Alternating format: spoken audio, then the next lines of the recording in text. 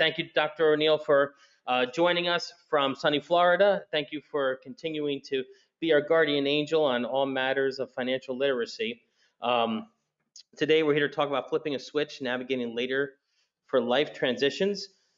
If you haven't got the book already, you should have it and you should read it. It's a great read. I want to thank very much today our sponsors, particularly Affinity Federal Credit Union. If not for them, we could not offer these programming for free as it is here. So, Dr. O'Neill, the floor is yours.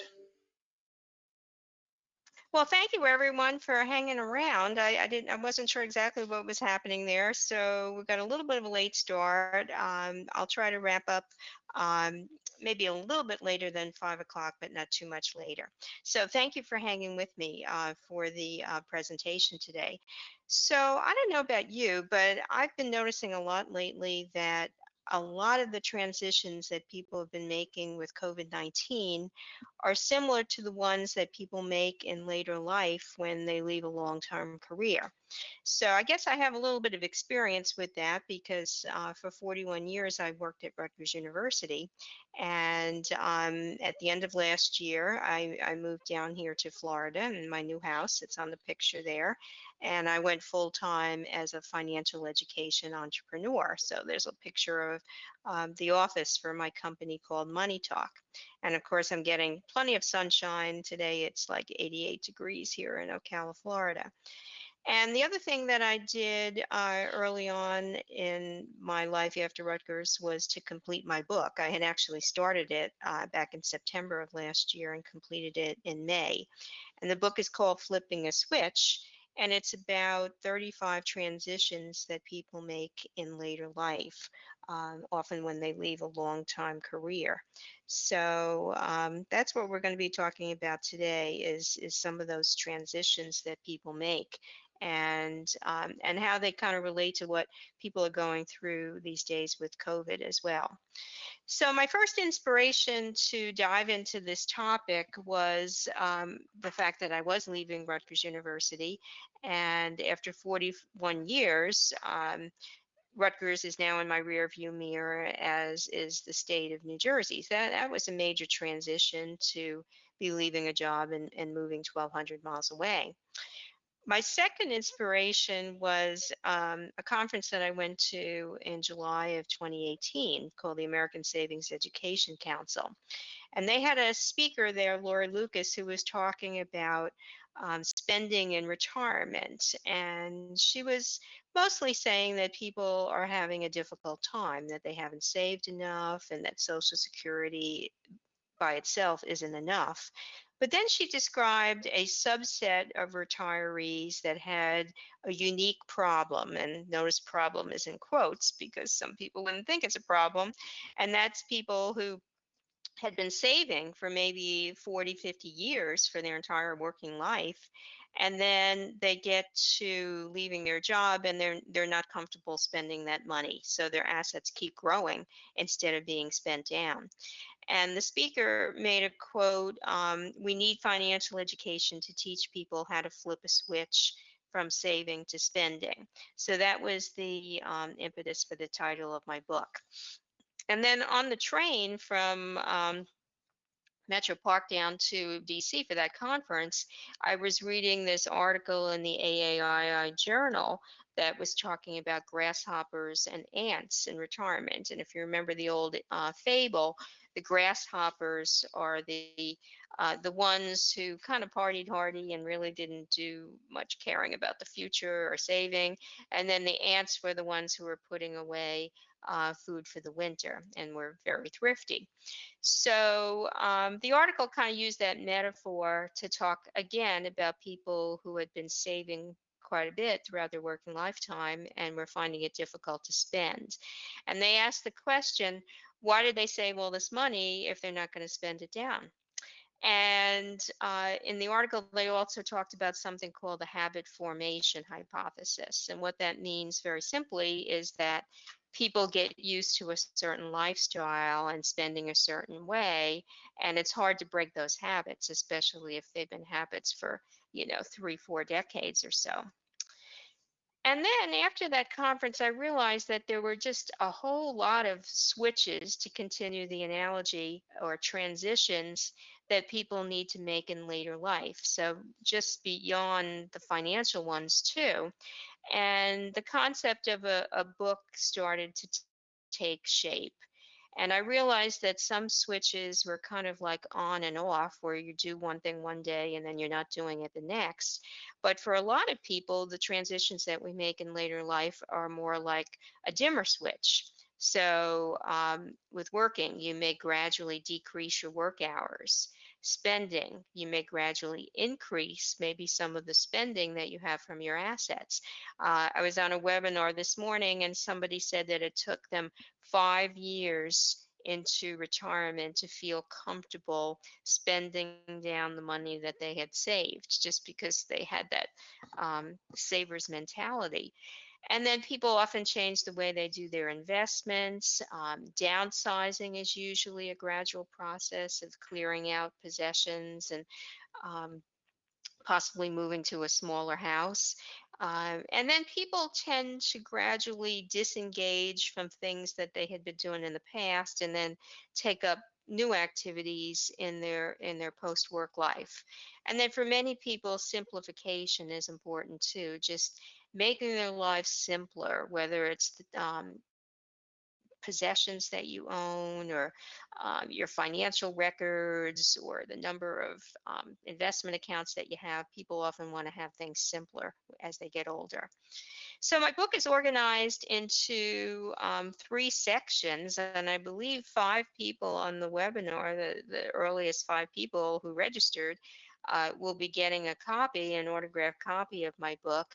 And the three sections are the transitions that concern our finances, and then we've got social transitions and lifestyle transitions. And I did have the link on the slide there, where you can order the book online if you're not one of the lucky winners today. And I will acknowledge just straight out that the book was written from a place of privilege, because it was really targeted to the people who had been saving for their adult working career and had accumulated a significant amount of money. But we do know that 1/3 of workers have saved nothing for retirement. And of those who have saved, 35% of workers have less than $25,000 saved, and that includes 18% with just $1,000 or less saved. So many people do not have a lot of savings, but this is kind of a niche book, and it was really developed for people who are making that transition from being a saver to a spender. And if you want to know more about the content of the book without actually buying the book, although I hope that you will do that, I have done a number of podcasts, print media interviews, and webinars.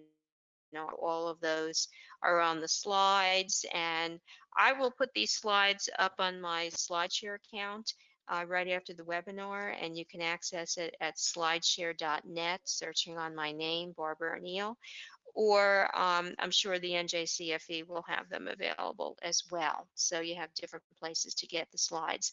And then the slides will take you right to the links for all of these media productions. So I want to talk a little bit too about COVID-19. I did a webinar for Rutgers a couple months back, and I talked about the two financial phases of COVID-19.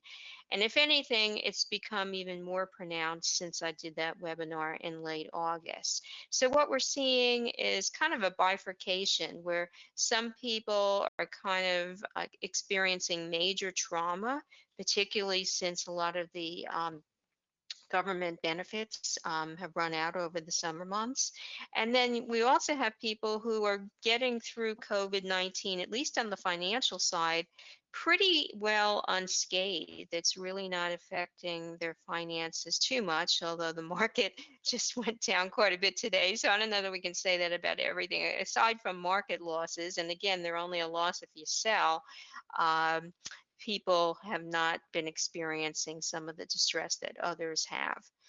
So, some of the evidence of the trauma that people are facing as a result of the pandemic: people have lost income, a lot of food insecurity out there. I mean, we've just seen the lines of all the food banks and the lines of cars that are backed up for people trying to get some food. People have depleted their savings. Many of the moratoriums that were in place for evictions and utilities are either coming to an end or have already come to an end. And that's just a lot of stress because people owe back rent and back utility payments. People have had issues accessing benefits, particularly down here in Florida. The unemployment system had a lot of hiccups and people weren't getting their benefits in a timely manner. And then many people have been unable to access their social support networks. And I see that here in a Florida 55 plus community because there are many people who would otherwise be up north somewhere helping their children, maybe homeschool their grandchildren. But with all the quarantines and risks associated with travel right now, people aren't getting the social supports from their families that maybe they otherwise would have. So, and a big thing to do with that is just health concerns. People don't want to, um, be transmitting the virus inadvertently to an older family member, for example. So these are just some examples of what's happening to the people who are experiencing COVID as a trauma. And then we've got the financially unscathed. So down here in my neighborhood in Florida, I call it the 4 Ps: the pavers, the patios, the palms, and the pools. People have been repositioning the money that they would have spent on travel to home improvements since people are kind of stuck at home. And so the financially unscathed have had little or no asset value loss. Maybe on paper they've had some losses, particularly today, but they really haven't lost anything else if they haven't sold securities, like I mentioned. And some people have been able to increase their savings rates significantly because expenses have decreased. If you're not commuting, if you're working at home, you don't have childcare expenses, that can give you a whole lot of bandwidth to be able to save more. Some people have even had continued or even increased income as a result of the pandemic. For example, home contractors, particularly around here, have just been busy, crazy busy, because again, people are making a lot of home improvements. And I will say, though, that even if people haven't had major financial repercussions, there have been other impacts that have been well documented. I walk around my neighborhood, many people are very bored. They would have been traveling, they would have been visiting family, and there are no activities going on. And there's just a lot of boredom after 9 months of, um, kind of staying at home. There is, for some people, a survivor's guilt, that they're feeling like, why am I so lucky when so many other people are experiencing such hardship? Many people are feeling anxiety, sadness about missed opportunities, for example, opportunities to travel. And then there's just a whole lot of mental health issues too that are affecting a lot of people. So even if people haven't had financial impacts, they could be experiencing some of the other impacts as well. So many of the economists are predicting that we're going to be having a K-shaped recovery because pretty much we have a K-shaped impact right now. So this was a graphic that was in the Wall Street Journal a few months back. And initially, when the pandemic hit, people were thinking we were going to have a V-shaped recovery, a very quick downturn and a very quick bounce up. And then it became evident that the pandemic was going to take longer than we thought. So then people thought, okay, well, maybe it'll be a W. So we'll have a quick downturn, we'll bounce up, we'll have another second wave downturn, bounce up again. Well, that hasn't really happened. And then some people thought, well, maybe we'll have a U shape. So the downturn will not be so quick. It'll be a while, and then it will bounce up. And now all the economists are saying that we're going to have a K-shaped recovery. The people who have not experienced much of an impact financially, they're going to be kind of on the upward arm of the K, and the people who've experienced the financial distress, they're going to continue to be distressed. Some people have said it could take us, a decade to bounce back to where the economy was pre-COVID. I guess time will tell whether that's the case or not. I wanted to put a slide in here about some resources that are out there. So those of you that are counseling clients or working with students, you might find these helpful. The Wellness Society put together a coronavirus anxiety workbook, and then the Center for Financial Social Work also had a publication related to the financial realities after COVID-19. And I've been doing a lot of blogging about COVID. So, there's a lot of posts that I have in my archive. And then the New York Times has created a hub for help during the coronavirus storm. And this is a site where there's no paywall because it's related to COVID. So anybody can access their materials. So as I said before, many people, myself included, I kind of made this connection around April because I was still finishing up my book, and I realized that many of the transitions that people were facing in later life were very similar to what people were going through with COVID. So what I'm going to do for the remainder of the webinar is discuss 20 of the sections of my book. It's 20 transitions that people make, and then also try to make the connection between what people are facing in later life and what people are facing now with these same transitions as a result of COVID.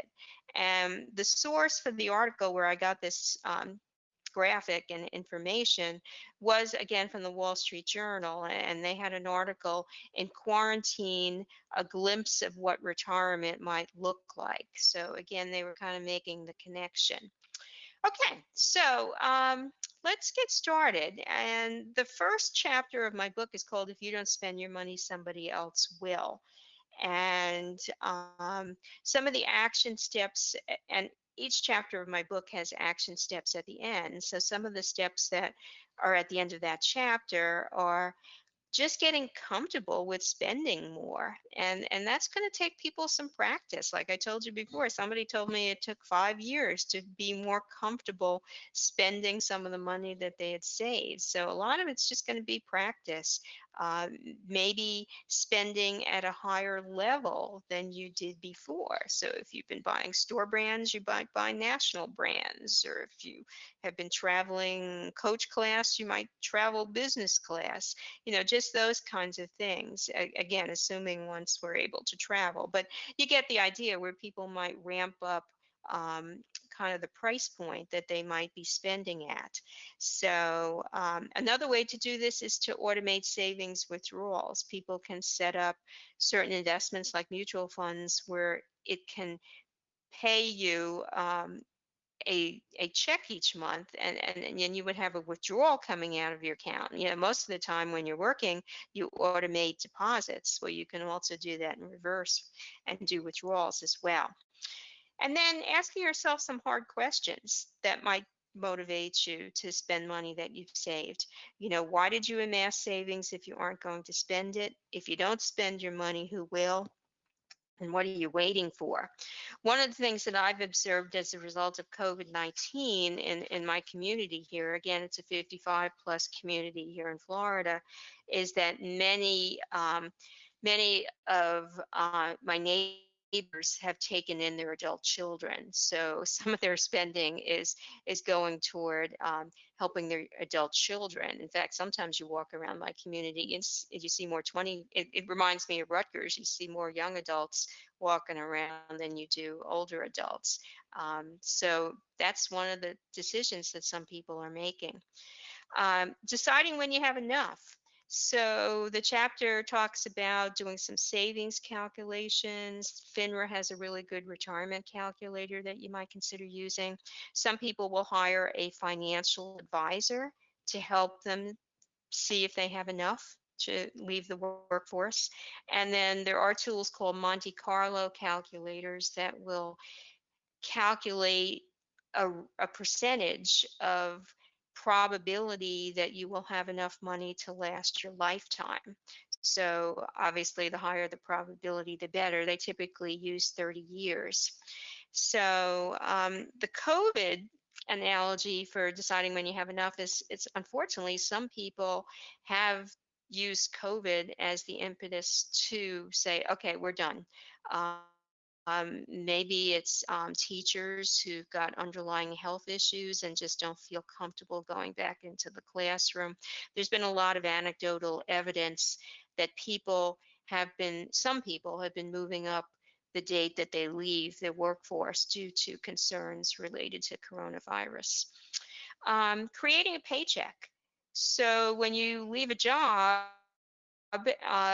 you still need to have a regular source of income to pay your bills because your monthly bills are still going to continue, of course. So some people will set up those automatic withdrawal plans that I mentioned. Some people will use what they call a ladder, which is a sequence of purchases of bonds or certificates of deposit so that they throw off income in a sequence, which is kind of like a regular source of income. Some people will convert a lump sum into an annuity, and the annuity is a contract that will pay a monthly income, a regular amount. And then you might also want to look into that 4% rule that's often referred to, where you take your assets and multiply them by 4% and then inflation index that. Some people have cautioned that with such low rates of return on fixed income securities right now, that 4% is too aggressive. And on the other hand, if people are older and maybe in their 70s and leaving the workforce, maybe they can even go a little bit higher because if you're in your 70s, you may not live 30 years. So what I'm saying there is just amend the rule, make it fit your life situation. What's happening on the COVID side, of course, is a lot of people are patching together sources of income to get by if you've lost your job. So whether you've left a job or you've lost a job, you need to create some semblance of a paycheck. So many people are doing that with unemployment benefits. Some people have had to tap their retirement savings plans. Some people are working freelance gigs just to get by. So, and of course, unemployment benefits for a lot of people. So there's a similarity there. And then we get into the issue of later life investing. And one of the key things I have listed on the slide there is assessing your risk tolerance. And I think people of all ages should be doing that. Obviously, if you're older, many people tend to be a little bit more conservative, and that's a good time to look at your risk tolerance and your assets to make sure that they reflect your risk tolerance. And of course, now with all the market volatility that we've experienced in 2020, many people are assessing their risk tolerance as well. Maybe they want to be a little bit more conservative than they thought they otherwise would be. And this may involve some rebalancing of your asset classes. So maybe getting back to your original weights, if you will, of percentages of stock, bonds, and cash in your portfolio. And then the other thing is just beware of free meal seminars. I used to get invitations for those all the time when I lived in Jersey, but too many people knew me in Sussex County, so I could never go to those because I would be outed, and they always have the fine print that they don't want anybody that's involved in the financial field. So I never went to them in Sussex County. But down here in Florida, nobody knows me. So before the pandemic hit, I did go to a couple of these just basically as undercover research for my blog, and a lot of them had the red flags that are typical. The fearful language. The government's going to take your money, and high taxes, and all these things that are meant to get people to take action and to purchase some high-priced securities. So be very aware of that. And then adjusting to changes in income and expenses. Boy, have people experienced that, as a result of COVID. But also when people leave the workforce, there's only two ways that your income can adjust when there's a change. You're either going to have more income or you're going to have less. And some people, as a result of changes in their income, they may decide to work longer, they may decide to spend less. Some people might do what's called geographic arbitrage, which is kind of what I do. You move from a high cost state like New Jersey to a lower cost state with no income tax like Florida. Some people will tap their home equity, like a reverse mortgage, or selling their house to an adult child and leasing it back. So there's different adjustments that people will make. And likewise with COVID, people have either seen an increase in income, like the contractors I was mentioning before, or a decrease. For me personally, COVID has actually helped with the launch of my business full time, because I've had clients who've had to hire me to build out online content as a result of all the online learning that's taking place, with schools going hybrid, or remote learning only. So people need to be kind of aware that they'll need to make some adjustments to their cash flow. And then tax withholding. So for a lot of people, um, when they leave a job, they have different sources of income. And you either have to request income tax withholding services, or you're going to have to do estimated quarterly payments on your own. So some examples for older adults would be the required minimum distributions that come due starting at 72, and possible payments, so possibly a job. So lots of multiple sources. And the same for people who've been patching together different sources of income this year. So it's a good idea to kind of know what your marginal tax rate is. It might have changed as a result of retirement or COVID, if you're still working but have had a loss in income. Good idea to collective withdrawal time thing. If you're going to do a Roth conversion, you might want to time that. In fact, many people have been doing Roth conversions this year if they've had a lower income in 2020, because those Roth conversions have to be, you have to pay tax on those. Do that in is lower than a year where you would have a higher tax bill to pay. And then some people are hiring a tax professional just to help them with all the forms and the decisions that they need to make. Social Security. So sometime during a person's 60s, they're going to become a Social Security benefit. You can take benefits as early as 62, and it doesn't make any sense to delay past age 70. So the best thing to do is to get a benefit estimate, and you can do that at ssa.gov,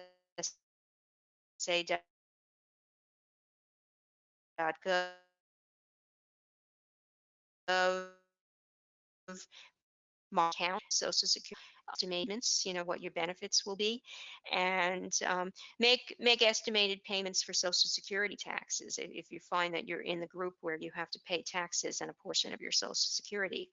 And then the earnings limit affects those who are getting benefits before their full retirement age.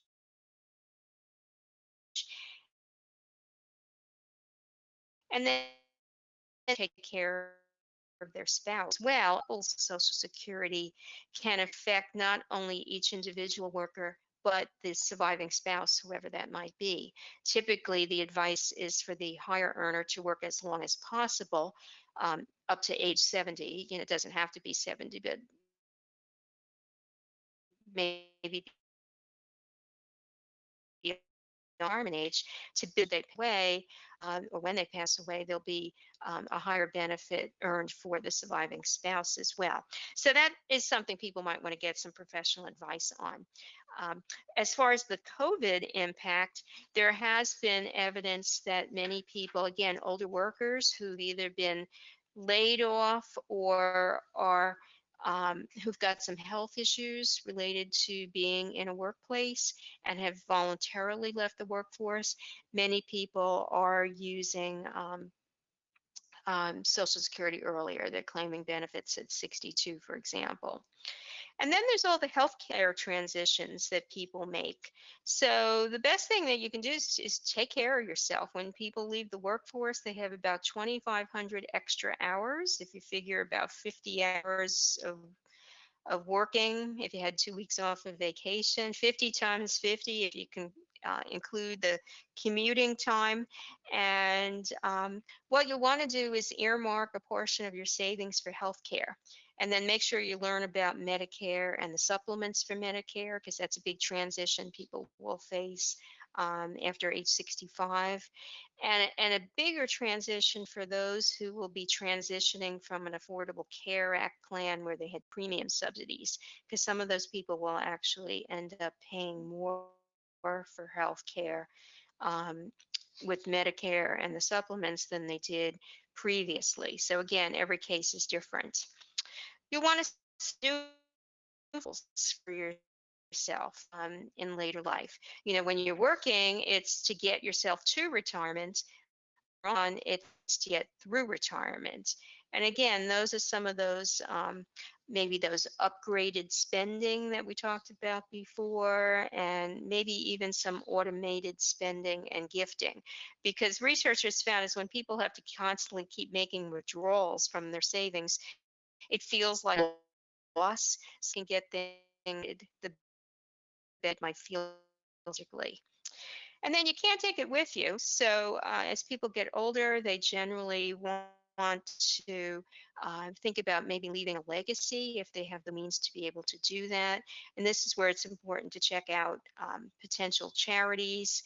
And it's okay to talk to a charity and say, I want to do something specific. Maybe you have a specific purpose. It might be a fellowship or his name. There's all sorts of ways you can set a purpose for charities, and then develop a gifting budget, and then also take advantage of tax advantage strategies that can help get a benefit when you make a charitable contribution. For example, myself this year, I set up a donor advised fund, um, which is an account with a financial custodian, and you can set it up, make a large donation in one year, and then be able to make grants to charities going forward from that money. Some people will use qualified charitable distributions or QCDs. This is where you're at least age 70 and you make a withdrawal from your IRA as a charitable contribution to a qualified charity. So those are some of the strategies people will use. Financial organization and simplification. That you can, so some of the things you can do is create a financial inventory.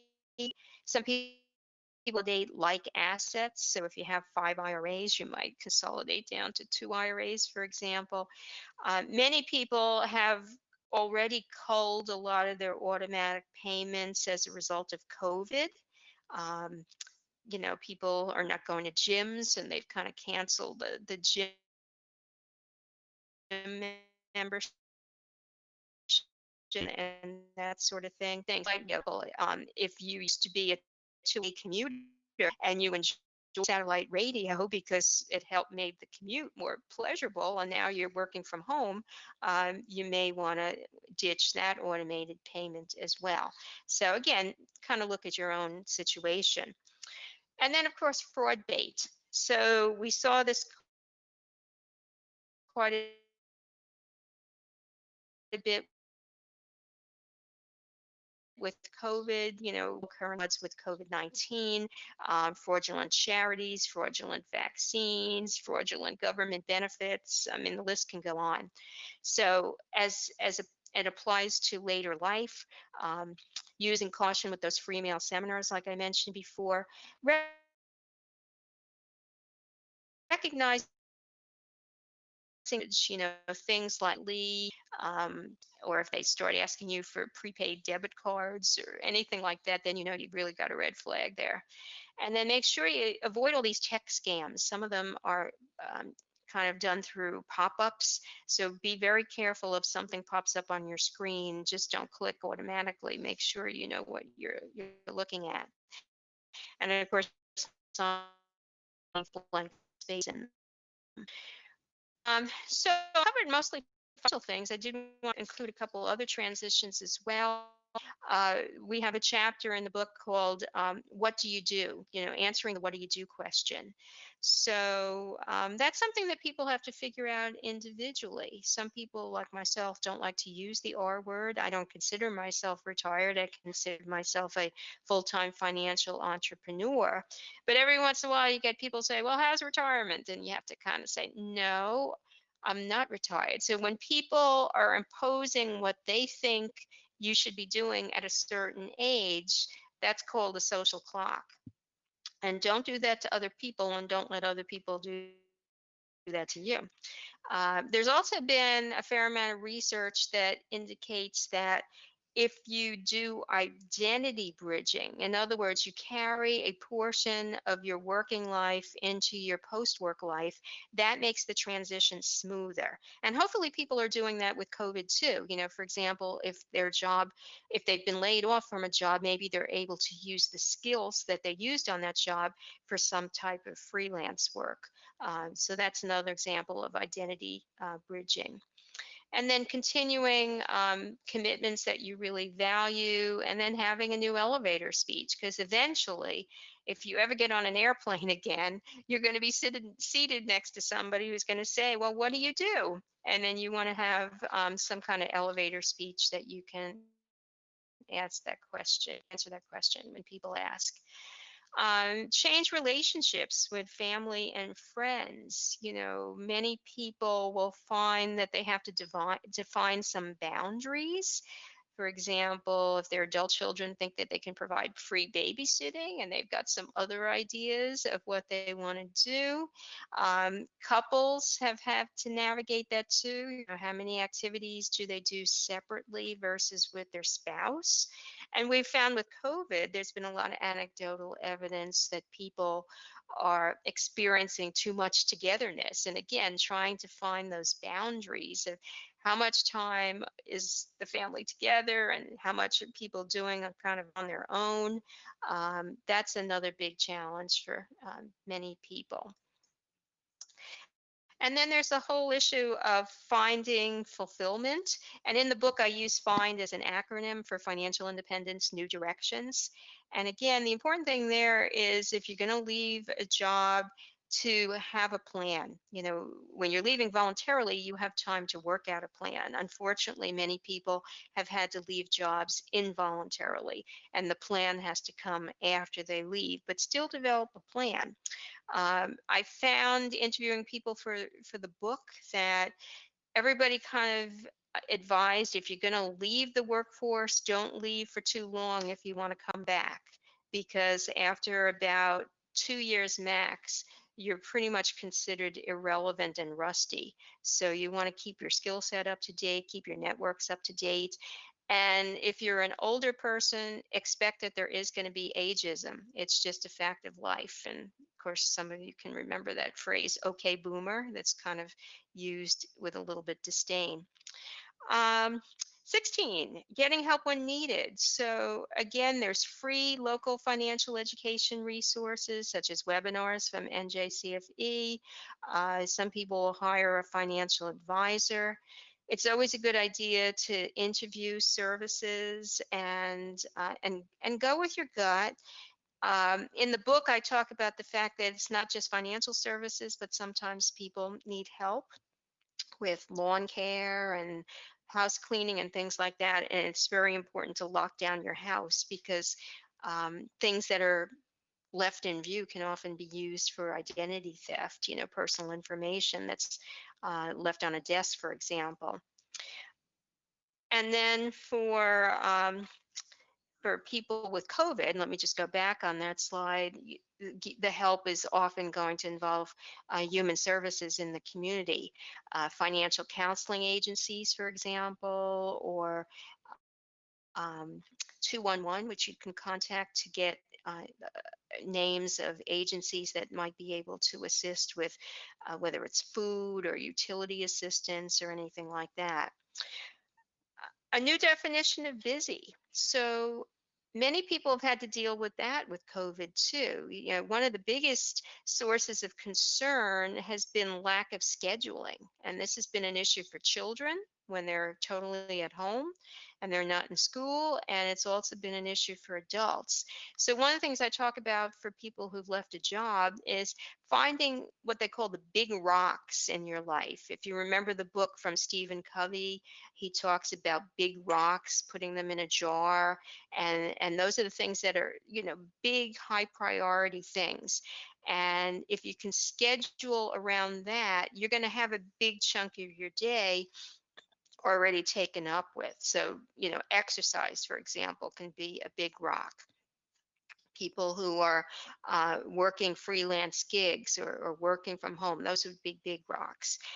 So again, just figuring out what those are and then having some goals to be your guardrails so that you're working for them and then staying connected with others. And of course, that's been a challenge with COVID too. I'm sure many of you are Zooming with friends and family members to stay connected. A big decision also is, should I stay put or should I go? And I guess my best advice there from somebody who did make an interstate move is just make a list of all the pros, make a list of all the cons, and also feelings. Consider the impacts on family members, expectations, income tax rates, all those kind of things. A lot of things need to go into the decision. Try to research the place where you're going to move to so you have a good feel for um, the culture, the living costs, that sort of thing. And then just building strong relationships if you're moving to a new place. Okay, two more tips and then we're almost done. Invincible to vulnerable. As I was finishing up the book, that's when COVID hit the US shores. And we heard health experts talking about anybody over 60 basically being the elderly. And I remember thinking to myself, me, elderly? I'm not 85 years old. But then as I read more about what they were talking about, I realized that as we get older, our immune systems are weaker, and particularly if you have any kind of underlying issues. And older adults need to accept their vulnerability and try to stave off disease any way that you can with a healthy lifestyle, recommend screening tests. But guess what? COVID 19 has made all of us feel vulnerable. So, regardless of your age, people have died from COVID at all ages. And I think it really has made even younger people realize that they too can be vulnerable, that we're not invincible to the pandemic. And then finally, the last chapter of the book deals with having a good ending to your life. And hopefully, for all of us, this is going to be decades into the future. But it talks about envisioning a good ending, what that means to you, those words, whether it's a memorial service or an obituary being written in a certain way, or gifts to family members, whatever it is. If you can envision it, then you can take action on your vision. Um, it means tying up loose ends, and these can be financial loose ends, and it can also be personal loose ends, like, if you've had a grudge with somebody, you pick up the phone or email them and you work it out, those kinds of things. um, Preparing an after I'm gone list so that your survivors know who to contact to stop your Social Security checks, end your pension payments, notify your past employer that you've passed away, those kinds of things. And then organizing financial records. I'd like to end with just one slide that it seems so far off because back in March, people were thinking that the other side was going to be now, that we would be past all this pandemic thing and it would be all fine. And of course, it's gotten worse. But eventually, we will get to the other side of the pandemic. And I thought it would be helpful to end on a positive note and just think about some of the positive things that have helped people as a result of COVID-19 that should continue. Hopefully we'll continue to have people washing their hands, using wipes to clean surfaces, and hopefully a lot of this plexiglass use, by cash registers will continue because it protects customers and it protects um, retail workers, if not from COVID, certainly from the common cold and the flu, seasonal flu, that sort of thing. Hopefully, we'll pay attention to all the underlying conditions that have made COVID-19 worse. And these are underlying health conditions and also underlying financial conditions, such as income disparities, um, low savings, high debt, those sorts of things. Hopefully, some of the increased savings will continue. The savings rate shot up to 33% and change in April. It's now back in, I think the last number I saw was 14.1%. It's still a double digit rate, which is impressive. Hopefully, we'll continue that as a country. Hopefully, more people will be doing some formal budgeting as a result of COVID, paying attention to estate planning. When you have more than 225,000 people who have died, estate planning becomes very salient. And there have been reports of many more people getting wills prepared as a result in the past 9 months. Carving out that time for physical activity, hopefully taking advantage of time savings if people continue to work from home and they have reduced commuting time, that frees up a lot of time for other things. Some people have said they're going to have a slower paced life, more family meals together, increased philanthropy. There actually has been evidence this year that COVID has increased certain philanthropies to help people in distress. And probably we're going to see more online learning opportunities. I just filled out a survey today for an association that will have its meeting in June of 2021, and they're trying to make an assessment. Are they going to go virtual again? Because they just don't want to spend the time planning a conference, not being able to hold it again. So we're going to see more organizations going online with their professional development. So just to end up, I want to wish you all the best with all the flip switches in your life. I hope some of the information has been helpful. This is my contact information if you want to get a hold of me. There's my website. I have a new website now for my company, Money Talk, my email, my Twitter handle, and I'll turn it back to Michael to see if there's any final questions or comments. All right, another phenomenal presentation. Right now, we have a comment from Jeffrey Snyder. Love this, great information. Have a great rest of the week. Thank you, Jeff. We also want to recognize some attendees that I see have registered. Let us know is here. We have David Vinokurov, Grant Gallagher, Scott Cohen from our board of directors. We have Steve Drulis from America Saves. And we have Bill Cheeks, who joined us as well from Jumpstart, amongst many other very well-known financial literacy leaders. So Barb, as always, you attract so many of the greats to listen to your presentations.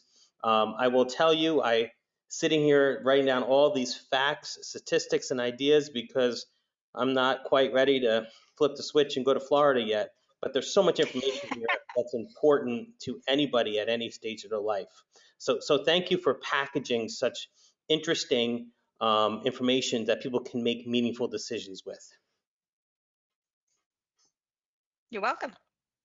All right. Well, everyone, we will make this webinar available for those who may have had to leave early or couldn't stay. We will make it available online, and more to come. Have a great evening, everyone. Thank you. Thank you, everyone.